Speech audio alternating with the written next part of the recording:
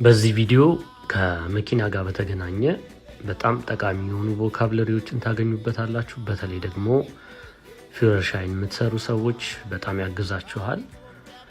እንዲሁም ደግሞ ለጀነራል ኖሌጅ ደግሞ ከመኪና ጋር የተገናኘ ሁሉም አይነት ፓርቶች በደንብ በዝርዝር ተደርጎ የተሰራ ቪዲዮ ነው።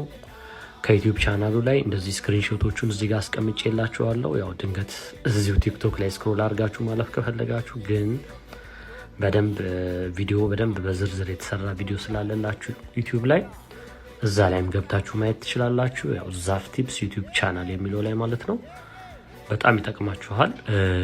ከተቻለ ደግሞ በተለይ ፊውቸርሻይን ለሚሰሩ ሰዎች ይህንን ፎርዋርድ አድርጉላቸው ወይም ሼር አድርጉላቸው ወይም የሆነ ዱዌትም ቢሆን ስሩና ሰው እንዲደርሰው አድርጉ።